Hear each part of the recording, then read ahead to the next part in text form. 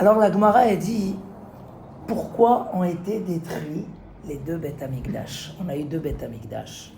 Baïd Rishon, premier temple. Après 70 ans, ils sont remontés de Bavel, c'est où Bavel? Babylone. L'Iran, l'Irak, là-bas. Ils ont reconstruit le deuxième Beth Amikdash. Il n'était pas aussi beau et aussi bien que le premier. Il manquait beaucoup de choses par rapport au premier temple. On a eu, chaque Beth Amikdash a duré un peu plus de 400 ans, 410, 420. Redestruction du temple, on est parti en galoute. Et cette fois-ci, on ne sait pas quand le Mashiach va venir. On attend tous les jours, on attend la construction, on espère. On désespère jamais. Comme dit le... Cette fois-ci, on a besoin d'attendre Mashiach pour construire un temple. En vérité, d'après le Maïmonide, on aurait pu le construire. Mais il y a beaucoup d'autres avis qui disent que non, il faut que le Mashiach arrive et que tout le clan Israël revient en Eretz Israël. On est encore dispersé dans le monde. Et là, on va reconstruire le Beth Amikdash. Donc il y a une marloquette entre les Rishonim. Est-ce qu'on pourrait le reconstruire ou pas? On n'est pas encore totalement indépendant par rapport aux nations. Donc on n'a pas encore ce côté-là où on peut... Donc on attend que le Mashiach arrive. Donc deuxième temple, oui. Vous avez dit qu'il faut que tous les juifs sur le monde se réunissent, on espère, pour aussi vivre éventuellement. Ouais, selon le deuxième avis, exactement. Donc on n'a pas encore tous, on attend doucement. Et Bezrat Hashem, on attend la Géoula. Et le troisième Beth Amikdash va être merveilleux. Il n'y aura plus de destruction après. Ça sera la fin des temps, la Géoula, etc. Mais pourquoi on a perdu les deux Beth Amikdash? Alors, la racine de ça, c'était la faute des explorateurs. Quand les explorateurs sont arrivés, ils ont dit « faut pas aller en Israël ». C'est la paracha de cette semaine, Devarim, Moshe Rabbeinu rappelle au Bnei Israël toute l'histoire. Les explorateurs sont allés, ils n'auraient pas dû aller voir. Et on était entourés par Akadosh Baruch Hu, des nuées, les nuées, la manne, il y avait tout, on devait être en confiance. Et là, ils ont commencé à poser des questions, on veut voir, on veut... Comme quelqu'un qui n'a pas confiance en son père, il veut dire « tu sais quoi, je t'amène pas là-bas en vacances, tu me suis pas, je veux pas que tu aies peur ». Donc, les Bnei Israël, ils ont pleuré toute la nuit quand les explorateurs sont arrivés, alors que c'était une terre extraordinaire. Yoshua, Kalev leur ont dit, elle est extraordinaire. Ils ont pleuré toute la nuit. Akadosh Baruch Hu, il leur a dit, vous avez pleuré pour rien. Bechia shel chinam, vous allez pleurer pour rien, pour une bonne raison. Et donc les deux soirs où a été détruit le Beth Amikdash, c'est Tisha B'Av, c'est le 9 Av, où on pleure. Parce que toute la nuit, ils ont pleuré qu'ils ne voulaient pas rentrer en Israël. Ça veut dire, il y a eu, dans notre histoire, donc Hachem, il a dit, moi, je vais quand même vous faire entrer, pas vous, vos enfants. C'était pas les parents qui sont entrés, c'était les enfants. Mais ce soir-là va être, et malheureusement, Tisha B'Av était toujours un moment de rigueur et de tristesse, etc. Ça, c'est la racine. Alors, on peut parler sur ça des heures. C'est quoi qu'on n'a pas apprécié le cadeau d'Hachem, donc on l'a perdu. Mais en tout cas, c'était la racine de la destruction des temples. Maintenant, pourquoi? C'est quoi les fautes qui ont amené la destruction des temples? Elle dit la Gemara, dans Yoma, le premier Beth Amikdash, il y avait là-bas les trois grandes fautes. Les mœurs, les meurtres et l'idolâtrie. Trois grandes fautes. Pour ça, il a été détruit. Le deuxième Beth Amikdash, c'était à cause de la haine gratuite. Sinat Rinam. Faire des disputes pour rien. Voilà, il y a qui disent que même les vraies disputes, c'est pour rien. Parce que si tout est mina shamaïm, si tout est du ciel, même quand quelqu'un il te méprise ou il te manque de respect, c'est mina shamaïm, c'est pour le bien. Donc tu haïs ton ami pour rien. Même en juif. Et si, Même en juif. Surtout un juif. Mais c'est ça. Non, il fait une erreur, le juif. Ça Oui. va pas d'Hachem. Alors, elle dit la Gemara, on amène les mauvaises choses par les gens mauvais et les bonnes choses par les gens bien. Donc, si tu dois avoir une méprise pour te faire pardonner des fautes, on va t'envoyer quelqu'un de pas sympathique. Mais lui, il aura son tort dans ce qu'il t'a fait. Mais pour toi, c'est venu du ciel. C'est comme ça. Donc, le deuxième Beth Amikdash a été détruit pour la sinat rinam, la haine gratuite. Qu'est-ce qui est plus grave? La haine gratuite ou les trois fautes? Évidemment que c'est les trois fautes, mais quand même, elle dit la Gemara, non. Les fautes du deuxième temple étaient pires. Pourquoi? Parce que le premier temple, leur faute, c'était parce qu'il y avait un Yetzer Hara très très fort. Vous savez, il y a deux sortes de Yetzer Hara, deux sortes de mauvais penchants. Il y a le Yetzer Hara intérieur. C'est j'ai envie de faire ci, j'ai envie de faire ça. Mais il y a un Yetzer Hara extérieur. Tu es agressé par l'extérieur. Qu'est-ce qu'on fait pour ne pas être agressé par l'extérieur? On ne va pas dans des mauvais endroits, on ne voit pas des mauvaises choses. Et au moins comme ça, on n'a pas. Mais quand quelqu'un il est agressé par une influence extérieure, c'est très très dur. Le premier temple, le Yetzer Hara, de l'idolâtrie était à un très haut niveau. La Gemara raconte qu'un jour, Rav Ashi, il a dit au Chachamim, venez, on parle de Ménaché, notre ami. Ménaché, c'était fils de Chizkiyahu Amelech. Il a mis une idole dans le temple. Vous imaginez, petit-fils du roi David. Il a mis une idole dans le temple. Alors, Rav Ashi, dans le Talmud, il dit, on va parler de Ménaché à l'époque des prophètes. Ménaché est venu dans le rêve. Il lui a dit, tu peux pas m'appeler ton ami? On est de très haut niveau. Il a dit, quoi, vous êtes de très haut niveau? Mais vous avez fait l'idolâtrie. Il lui a dit, si vous étiez dans notre époque, vous aurez plié votre veste et vous aurez couru à quatre pattes après l'idolâtrie. L'épreuve était très très dure. Les Chachamim, dans le deuxième temple, ils ont vu que c'était insupportable de surmonter l'idolâtrie. Qu'est-ce qu'ils ont fait? Ils ont tué le mauvais penchant de l'idolâtrie. Le Talmud raconte que les Anshe Knesset Agdola, les Chachamim de la grande assemblée, ceux qui nous ont instauré la tfila et tout ça, se sont réunis. Ils ont attrapé cet ange-là qui est influenceur du mal et ils l'ont égorgé, ils l'ont tué. Maintenant, ils ont dit, tant qu'à faire, on va enlever aussi celui des mœurs. Mais ils hésitaient, ils avaient des doutes là-dessus. Ils l'ont attrapé 3 jours, ils ont fermé cet ange-là, cette force spirituelle. Et là, il y a eu un problème. Dans toute la terre d'Israël, il n'y avait pas des œufs, même des œufs, il n'y avait pas. C'est-à-dire, l'envie, les désirs sont morts. Ils ont dit, le monde ne pourra... Dieu, il a créé un désir naturel pour qu'un homme fasse ses devoirs dans la vie.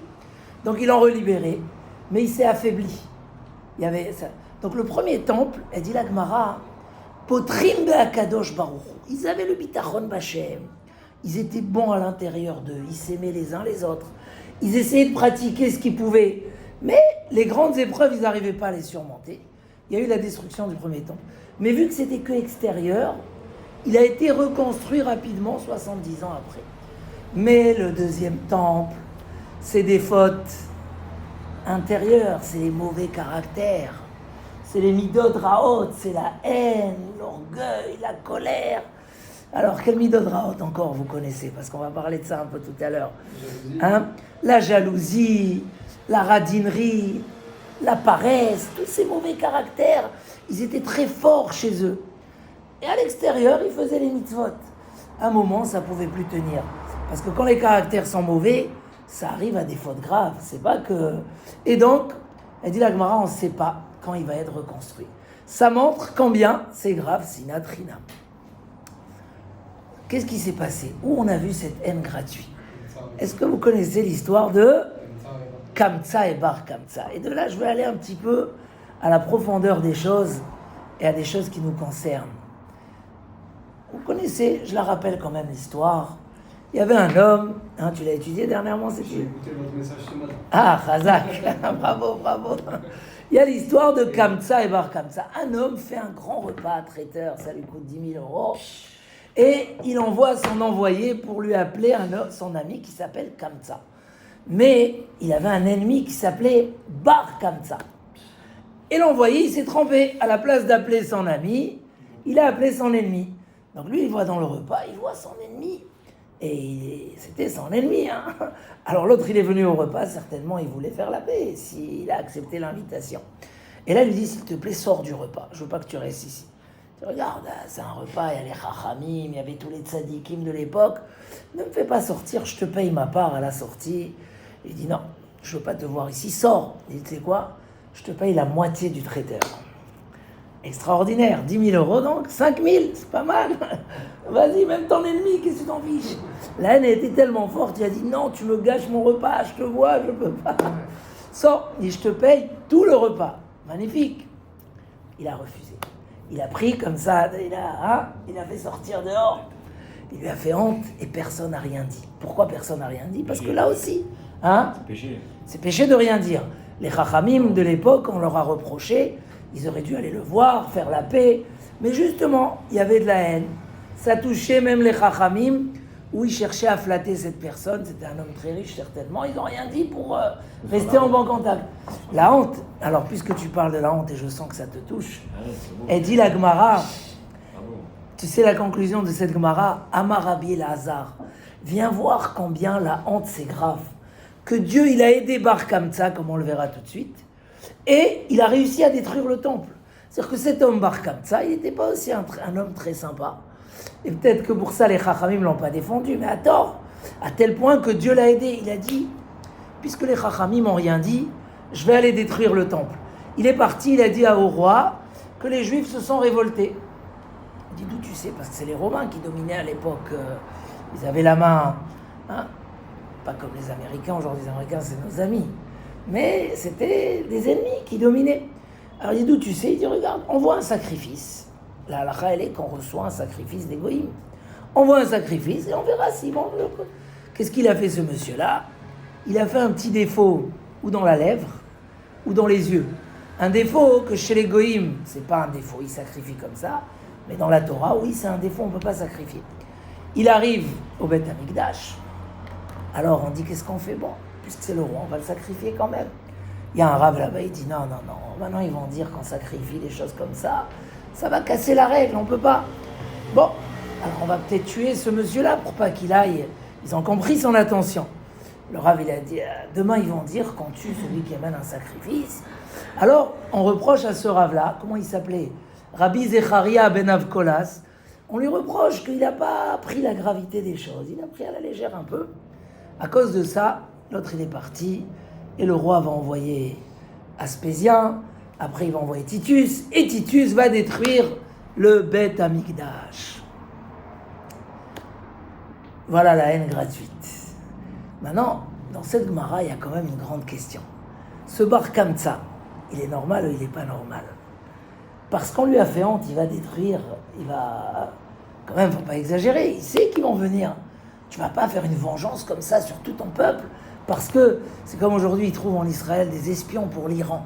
Ça nous choque chaque fois qu'on entend.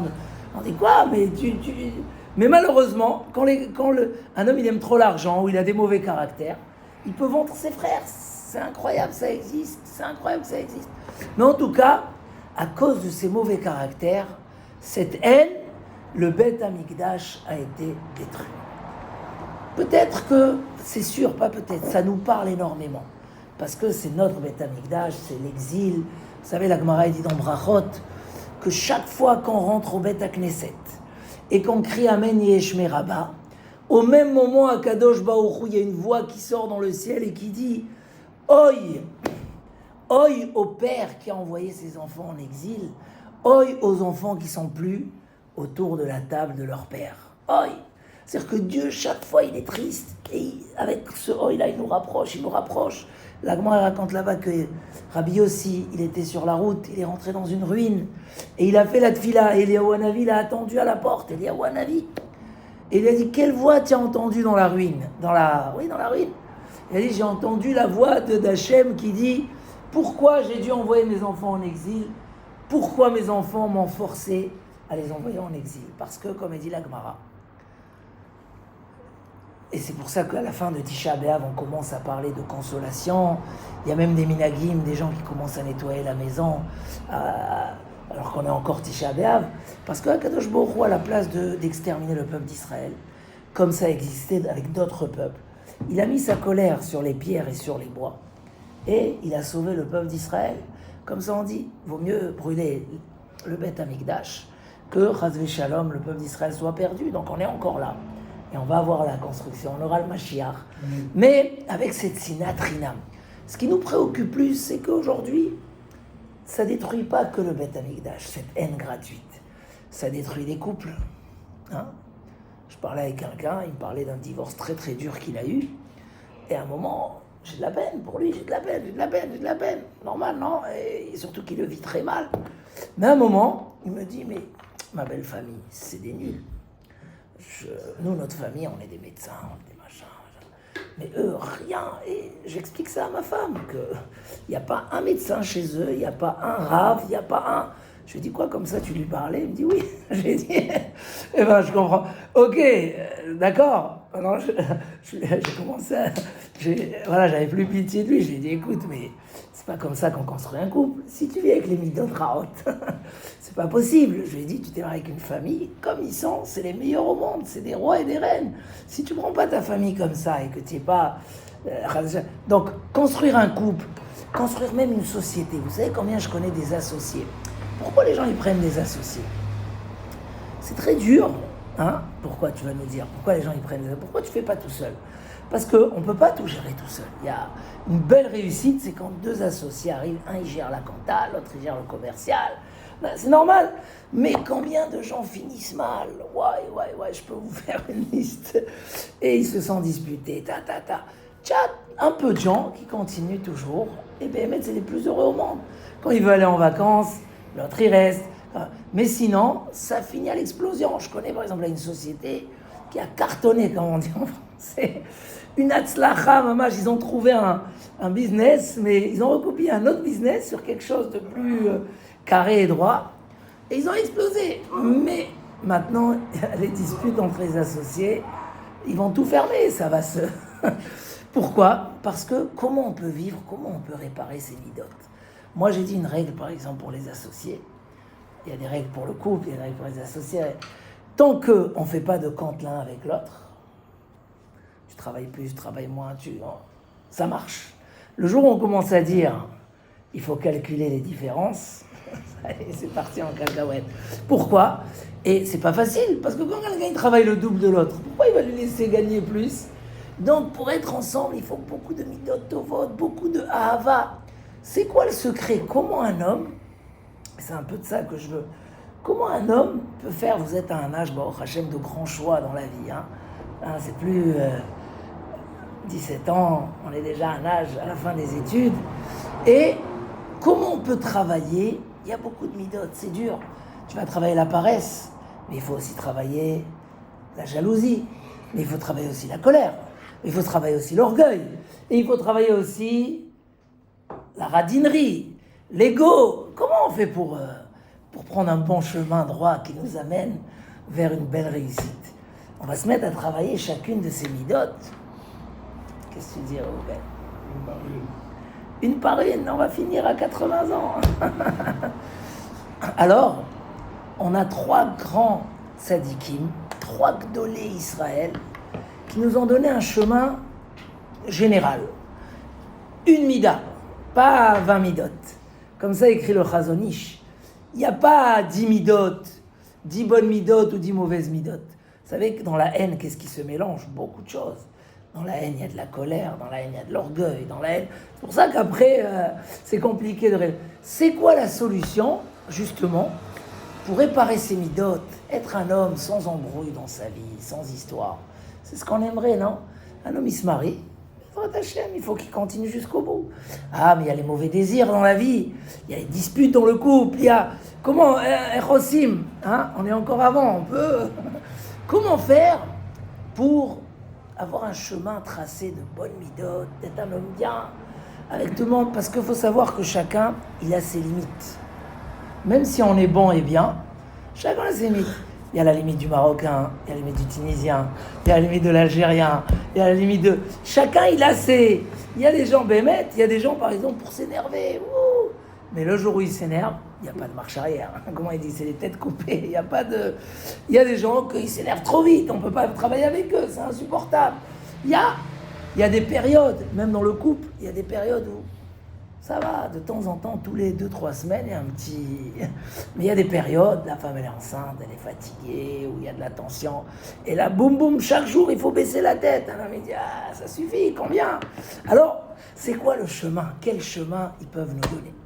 Rav Wolbe, je suis tombé sur un très très beau Rav Wolbe, qui ramène les 3 un après l'autre.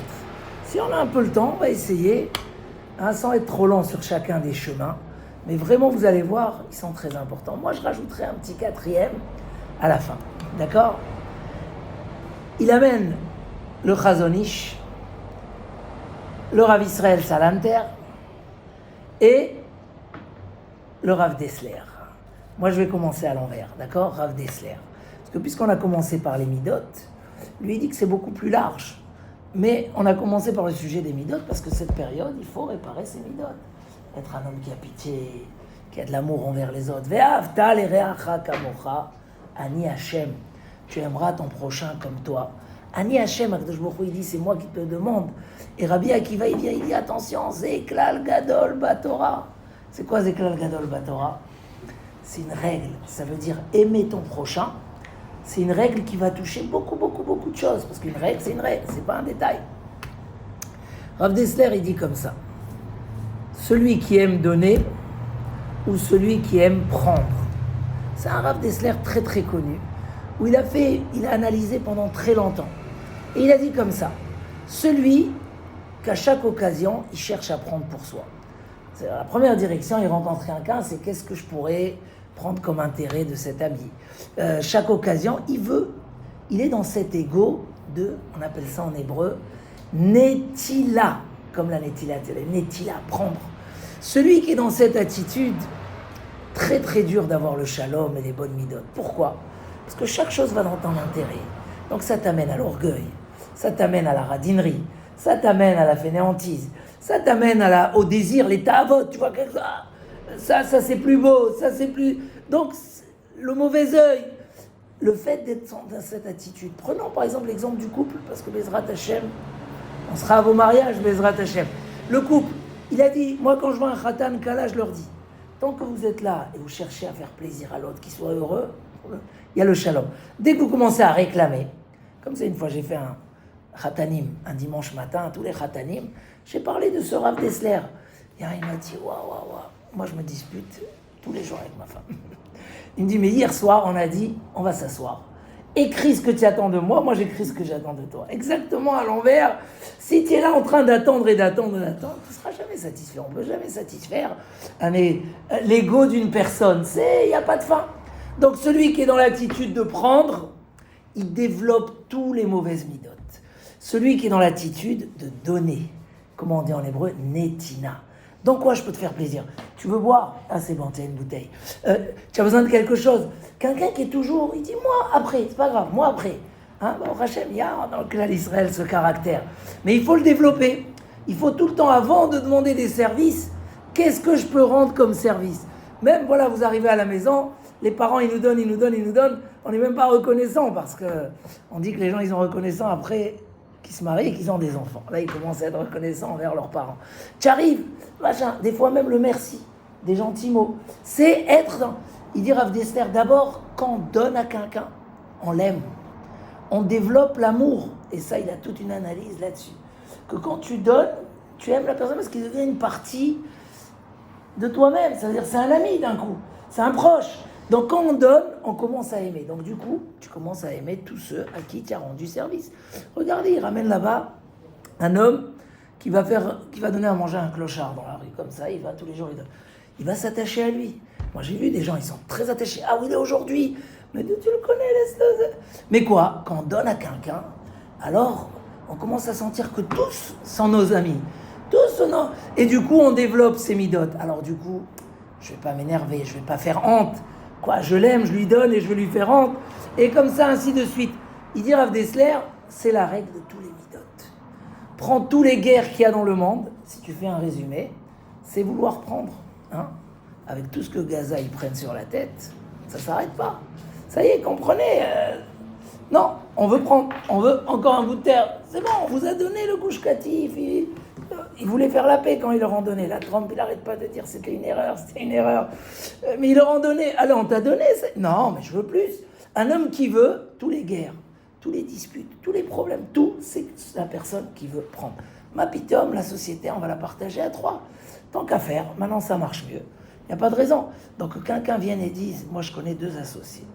Aujourd'hui, ils ont déjà 65 ans, 67 ans. Tout le temps dans le shalom. Et je me demande comment. Et le pire, c'est que je connais un des 2 associés. Il va non-stop en vacances. Il va le matin étudier. L'autre, il est là à 8h du matin.